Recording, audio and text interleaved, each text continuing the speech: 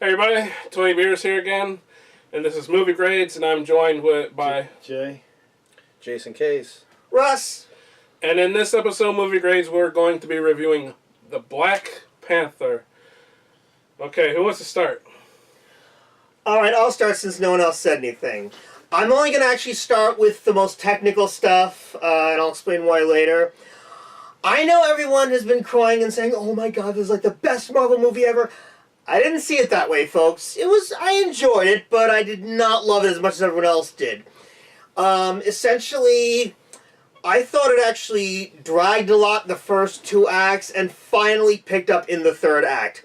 I thought Chadwick Boseman as T'Challa, Black Panther, and Michael B. Jordan as Killmonger were the best performances in the entire movie. One thing I actually love, by the way, about Killmonger, not only is he obviously has so much anger, but from that spirit realm vision he had later on in the movie, I loved how it showed like how both he and his father were just so confused and conflicted over the things, they weren't sure what was right and what wasn't and everything. And that's one thing that I think was really conveyed in their performance, which I really liked. Regarding Chadwick Boseman, he showed the level of honor and everything that comes with being a king, and I thought he did a fantastic job with that. So those, I think, like I said, I thought were the best two performances. I love the character of Okoye, at least in terms of secondary characters. And the reason I say that is because I think she was given the most to do, because I think most of the secondary characters really weren't given a lot to do. They were kind of just there, given the most bare bones material, and they worked with it as best they could. And of course, the effects and everything were all very nicely done. Of course, they did a great job. One issue I did have, though, they said how advanced the society was, and I didn't really think it looked all that advanced for a society, even though it's hidden under wraps and everything. But I'll discuss more of that later. Anyone else want to jump in? Me? I'll say I'm right where you are, Russell. I thought I didn't love it. I didn't hate it. It was just kind of okay. It was mediocre is the best word to describe it. My favorite actor in the movie was Andy Serkis as Claw. I thought he did a great job, personally, because he's the only one in the movie I felt seemed like he was having fun. The other one, everybody else seemed a little too serious. Like he was enjoying what he was doing. I mean, there's one point where he was actually singing, saying he had a mixtape or something. And he was singing in the movie, and I enjoyed it. This I felt had the opposite of effect that Thor Ragnarok had, whereas Thor Ragnarok was too jokey.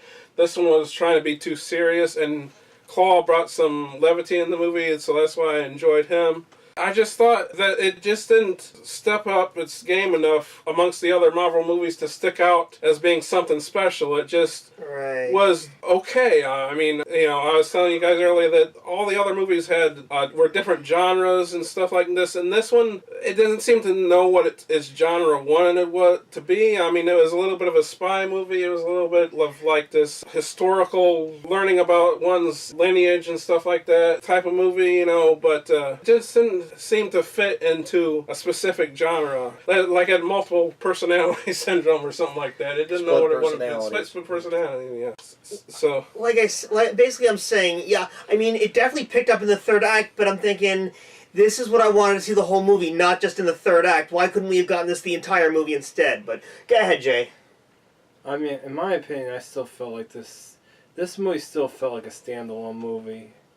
Yeah. It still did. It did. But that's good. I mean, that's good. The only thing it really drew from Civil War was about his father dying and stuff like that. But they needed to put that in. That was very important.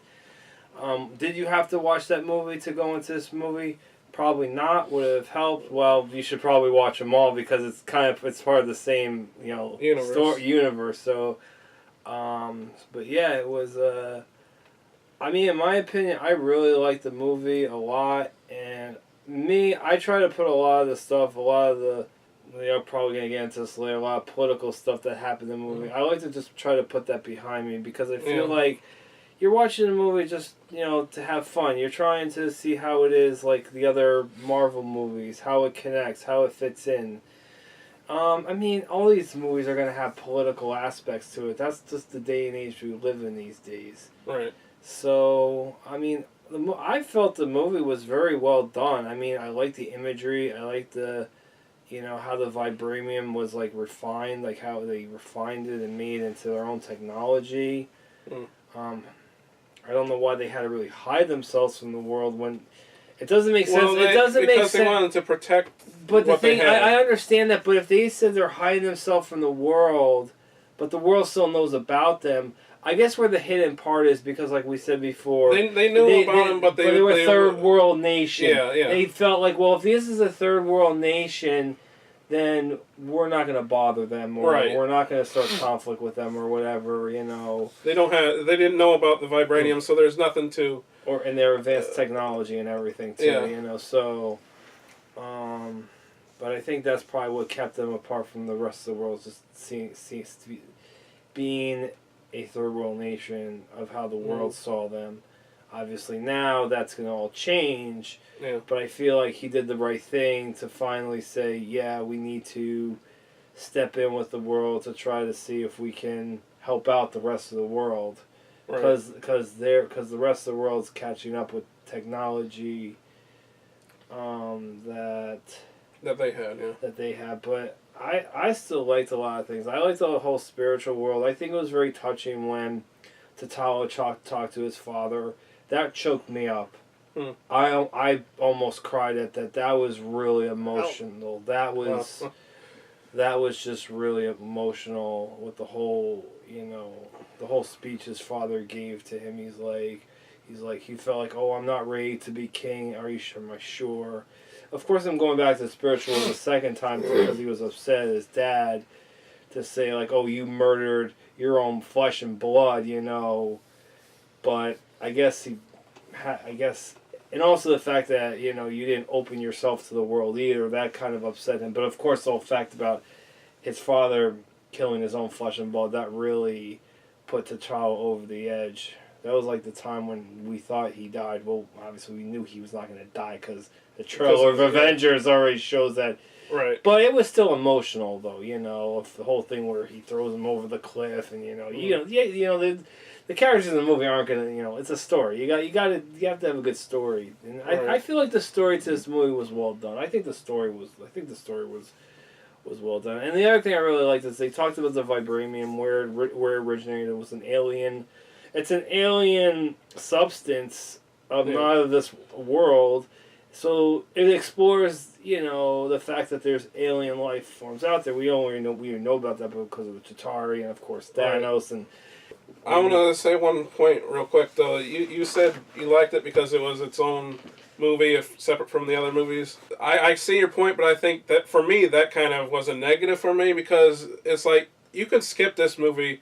And it doesn't affect any of the other Marvel movies. But anyways, Jason, what do you want to put in your 2 cents about what you thought about this movie? Basically, I'm on the lines with Russ and Tony here. I mean, there were some things I did like about it. I did think the main actors did a real good job in their roles. I mean, you couldn't ask more from what they did. They did a perfect job on what they had to do. I think what hurt this movie again is the political thing. Right. I think it hurt it a little bit because, again, like I said, I had certain expectations for this movie. It wasn't a major expectation, but, I had these certain things that I was like, okay, it's Black Panther. I know he's in the Avengers. I want to see where he comes from or what he's about, but I also want to see what makes him so special as a superhero or a hero himself. I don't think we really got that in this movie. I mean, I think they explained where he came from really well as far as the whole spiritual aspect of it and the what'd you say, the rite of passage from the father to the son. Yeah. All that stuff was explained very well, but when it started getting into the themes of, like, for instance, hate monger or killmonger or whatever. I hate monger. Killmonger talked about, because he grew up in South Central Los Angeles or something, right? Oakland. I'm sorry, Oakland, California, and that's a bad area. Bad area. So all he's seen was bad things. Right. And And I understand his aspect of that. I get that, but to keep throwing it up, in every scene that he was in, like Afghanistan. And I went to Afghanistan and kill all these people, and just to get to this moment. That's what I'm saying, though. That took away from the whole hero aspect of this movie. I'll interrupt you a little bit, and I think I know what you're saying is with Black Panther.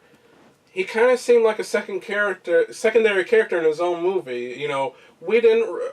Okay, they kept on saying he's such a great person and such a great king, but we never really saw that. You know what I'm saying? Exactly. What makes him a good king? That's what I mean. Yeah. We got to see where the Black Panther originated from and all that stuff, and that was fine, and I was glad to see that. But why was T'Challa why was he the one chosen? Why was all these things? And then we found out what his father did. Yeah. And that Forrest Whitaker's character, I just can't remember his name. I can't remember half of the names of the characters in the movie.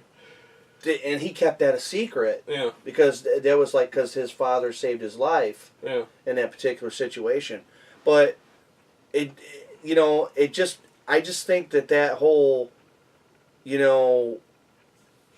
I grew up on the streets and this is what I've seen and I hate all this stuff and well, they made sure that you knew he was the villain. Though, but they could have done. They didn't have to do that to show that he was the villain. Right. Okay. He should have just did what he. I mean, it wasn't just that part, but we knew he was the villain because he was coming for the throne. Yeah. Because he had rights to it too. Yeah. Which we'll talk about, but I think that necessarily didn't have to be said or done. Yeah. In that aspect to make him the villain.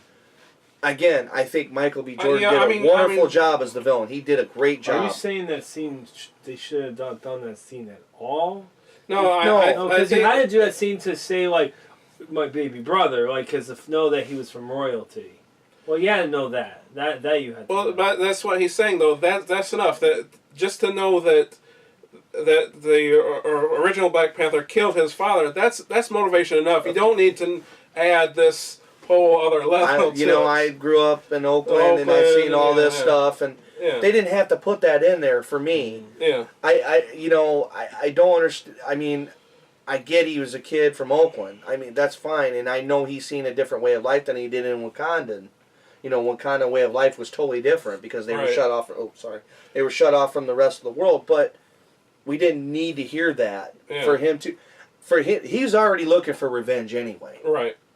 So there was no need for that in there. I think it was just unnecessary. It's a funny thing you brought that up. I'll add this. Russell looks like he wants something to say. But I'm not. I'm just hearing what you have to say. But Killmonger, I hear a lot of people saying that he was such a relatable villain. I'm like, I didn't relate to him at all because I was like, this guy, was so evil. There's one point where he kills his girlfriend. Okay, we didn't really get to know his girlfriend, so that wasn't a big deal. But just the fact that he would do that, he was so driven to do that, and he was so evil. I do see where you're saying. I mean, he had no remorse for anything at all. Yeah. And again, like I said, the guy Michael B. Jordan did a wonderful job in that role. Yeah. I mean, he was very believable as a villain. Oh, but like I said, the whole thing I had a problem with is how they threw the street thing in there. Yeah. And the thugology, I call it. To me that was unnecessary. Yeah. Are you saying that those whole scenes were unnecessary in the movie? No. What I'm saying is he kept bringing it up. Oh. Yeah. Once was fine, but to keep bringing it up every scene he was in. Yeah. That was unnecessary. We already knew where he came from. He come from Oakland. We knew that. Yeah. Well, I'm actually glad because that was a good segue for me when he mentioned about Killmonger. And let me explain why I think people think that he was so relatable. And unfortunately, this leads into the more uncomfortable area of this review for what maybe many audience viewers. I think it's not uncomfortable for you. I really don't care, folks. No, it's not uncomfortable for me. That's the kind of person I am. Here's the thing. People said the reason people think the whole thing with Killmonger was so relatable, unfortunately, he was kind of spouting a lot of commonly accepted commentary-based propaganda, okay? Yeah. Half the stuff you were hearing in the movie was stuff that we always hear about, social commentary, about how this was done in history or that was done in history, and I'm not going to get into all the aspects here. I'm not going to give you a whole 5-hour history lesson. I wouldn't do something like that. But the thing is, I think this movie had a lot of double standards going on, and I kept thinking about how... first of all, I mentioned earlier how I said they didn't seem that advanced to me. I mean, I'm looking at the way half their tribes looked and everything, and I kept thinking, hey, you know those censored 11 Warner Brothers shorts that everyone says, oh my god, this is such a racist stereotype? This movie did those exact same stereotypes, but it was like, oh, look, we should be proud of and honoring that, where Warner Brothers doing it, oh, that's incredibly racist. Why is it okay in one area but not okay in another area? Oh, because a black director and writer did it? That doesn't make it any different. Either it's not good or it is good. You can't have it both ways. Yeah. And the thing is, I think this movie really tried to hammer over our heads just the aspect of the black tribal commentary, and I really don't think it did it any favors, especially considering.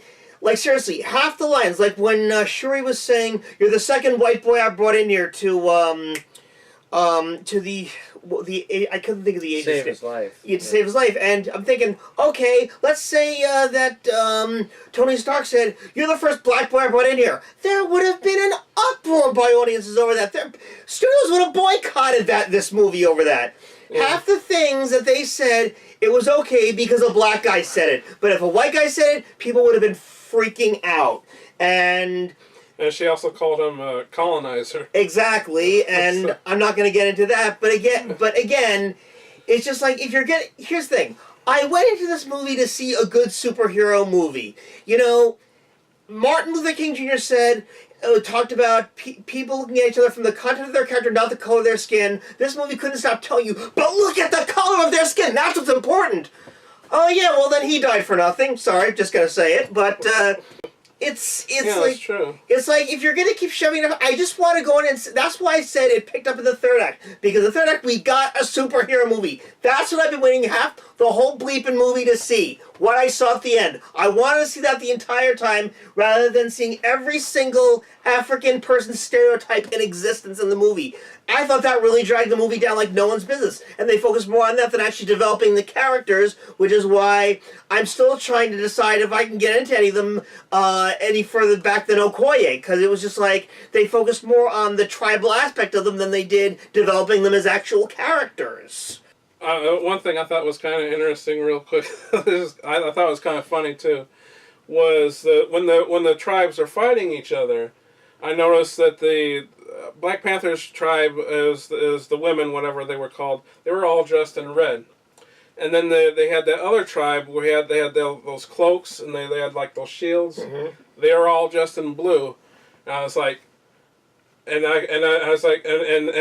Killmonger was from Oakland, or no, where was this? Oakland, yeah. Yeah, Oakland. And it made me think of California. It made me think of the gangs of California. Red versus blue, the Crips and the Bloods. That's what made me think as soon as I saw that. Oh, and the other thing is, if you think about it, it makes sense, because they did start their own civil war, in a sense. If you think started their own civil war in Wakanda. They did, because... Luckily, it only lasted for a day. Yeah. But nonetheless, it still was a civil war, because that's another political thing in Africa about the civil war. Zaire, what was it, Zaire, the Congo or something? Well, but that was the other thing, is like they kept on saying, Wakanda had no racism and no violence and all like this, or fighting, but it's like all the tribes clearly were didn't get along at this point. There was a tension building up between them, they just weren't. At least at the end, they weren't organized, and they weren't coming together as. Well, I think they were always. It sounded like they were always a people. They always were. Well, see, that's the thing. The thing is, until Eric came on the scene, he made them see I guess, the realism of everything. And then once they got rid of him, everything went back to normal. It just took him to just like push them over the edge. I think it was to reinforce to show like his personality as king, you know, to show like just how much honor he had in combining everyone for a much greater.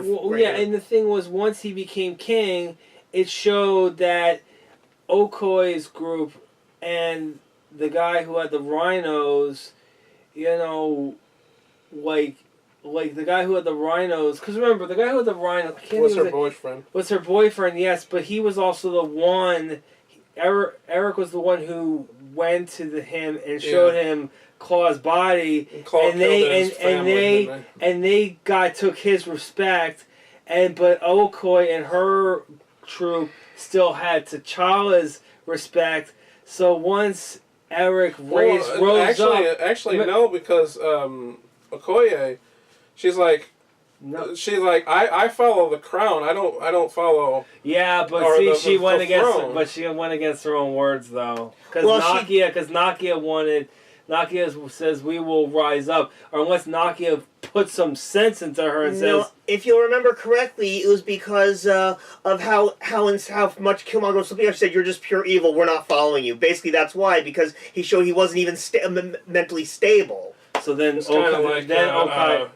Kylo Ren. Yeah. Then Okai said. Then Okai just said, "Screw us. We don't." Then they fought him because he said something to her that says like. So basically, then she says, "All right, fine. We'll, yeah." So then they had their little civil war, and then once the Rhino ran up to Okai and licked her. And he put down his weapon, and everybody else did. Well, I mean, Baku came in too. Like you knew when Baku said, "Like, oh, we're not gonna fight." You knew he was gonna come and. He was gonna do a Han Solo. He was the one with the gorilla people. Yeah. So you knew he was gonna come in. See, that one thing I didn't understand about his character though was he was the one who challenged T'Chaka the first time, and when they came with him with the herb, and they practically begged him to be king, to take over from Killmonger, he didn't take it. It's like, well, why did you challenge T'Chaka in the first place if you're not going to take... Well, because they were, I think... At the time... A code of honor. Yeah, I think a lot of his... I think that because they lived in the mountains, you know, they kind of went away from the technology. Did you notice that? Oh, yeah. And he kind of... There's kind of... what's the word I'm looking for? I wouldn't say they're a dissension, but at the same time, his tribe. Well, yeah, there was respect there, but I think his tribe did their own thing, and then I think when he fought T'Challa, he felt, "I'm gonna beat him. I'm bigger than him. I'm gonna beat him." And when T'Challa beat him, he's like, "You know what? This guy beat me fair and square. Okay. He won my total respect now. You know, I've been sitting on the outside looking in and thinking all these things. You know, again." We're saying Wakanda was under this blanket. The world didn't know what it was. Yeah. But what's his name? Baku? Baku. Yeah. Mbaku. There was like whatever. But like they're in the mountains, away from all the city. Yeah. And everything, so they were under their own blanket in a way. Oh. It's like an unwritten code of respect among the tribe. And I know he says like, well, you know, it was like a whole eye for an eye thing. Like, okay, I yielded to you, and then and here I saved your king, you know.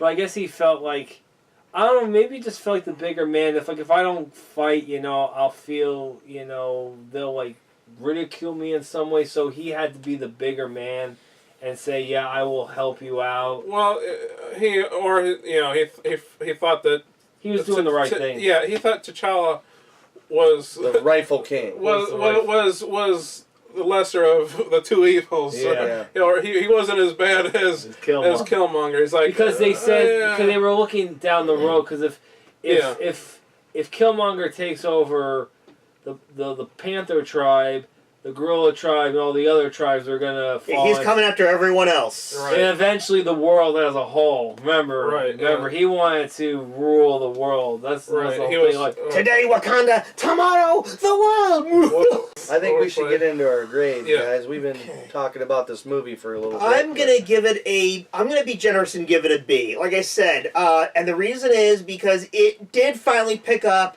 and I got some good elements. You know, I mean, like I said, visuals were good. yeah, thank you. The visuals were fantastic, but on top of that, you know, the two main actors really knocked their roles out of the park. So that's why I'm giving it the grade I'm giving it. But it would have been higher, but for all the reasons I stated, I can't go higher.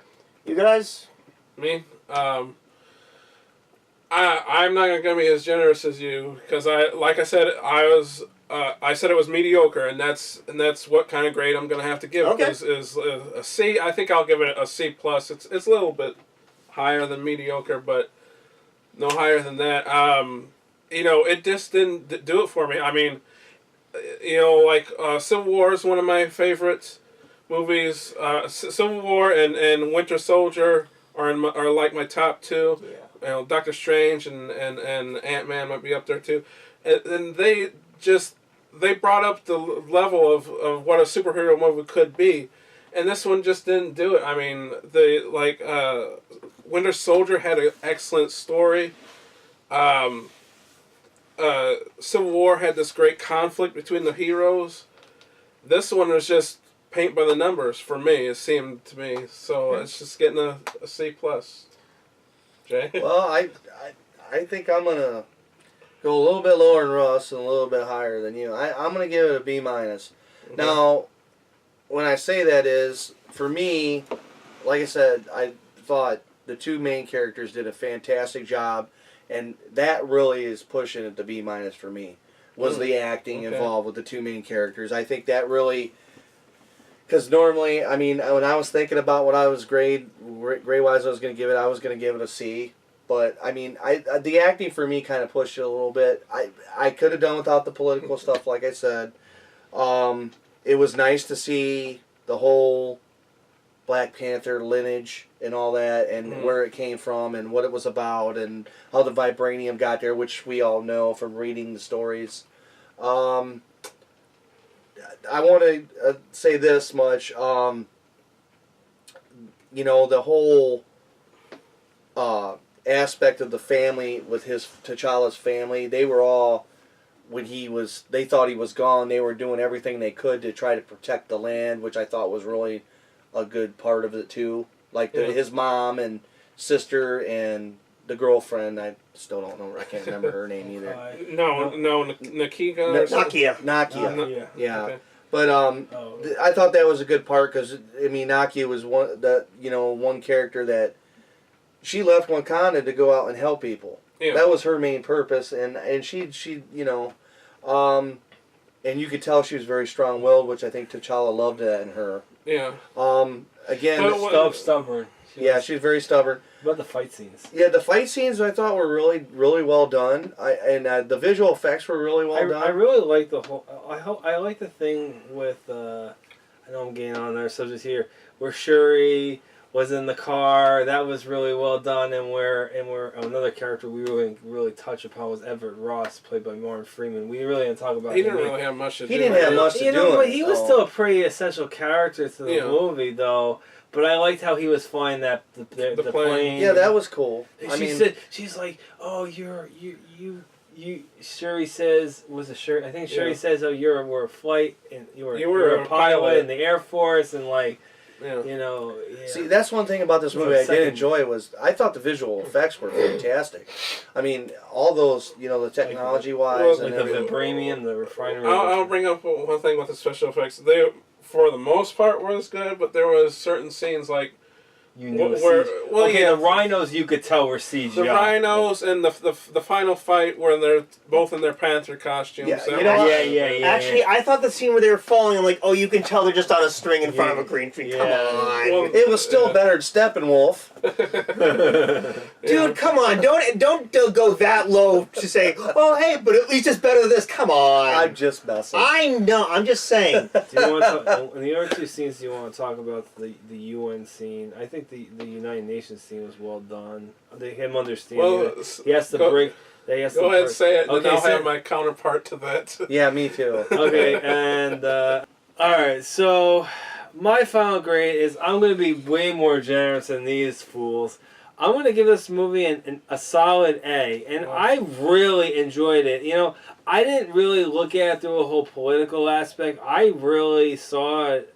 I thought I saw it with the imagery, and I just really liked the whole thing as a story as it worked out. Yes, I will say it did start out slow, but you know what movies don't start? I mean, it's very rare for a movie to start out like with fast pace and once you have a battle scene right off the bat. But in this movie, it started out slow, but they needed to tell a story at first. You know, I feel like the whole vibranium was important and the whole history of the Black Panther.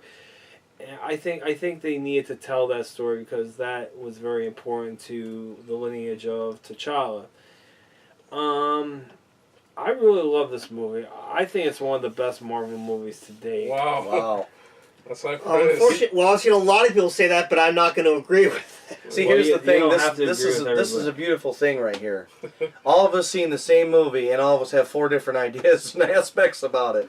But and that's a good thing. I mean, because if everybody said, if everybody said the same thing about this movie, where would the fun be in that? Where would the world be? Yeah, exactly. Knowing that I'm right. No, I'm kidding. You're not always right. Not always. Most of the time. 99.9% of the time. Okay. There's still that 1.1% that you're not. But you got to find it.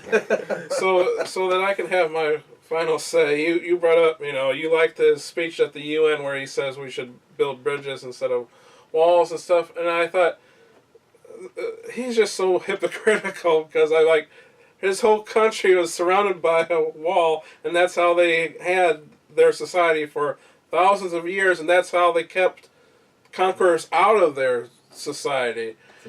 So it kind of reminded me of how Tony Stark is kind of hypocritical too, because he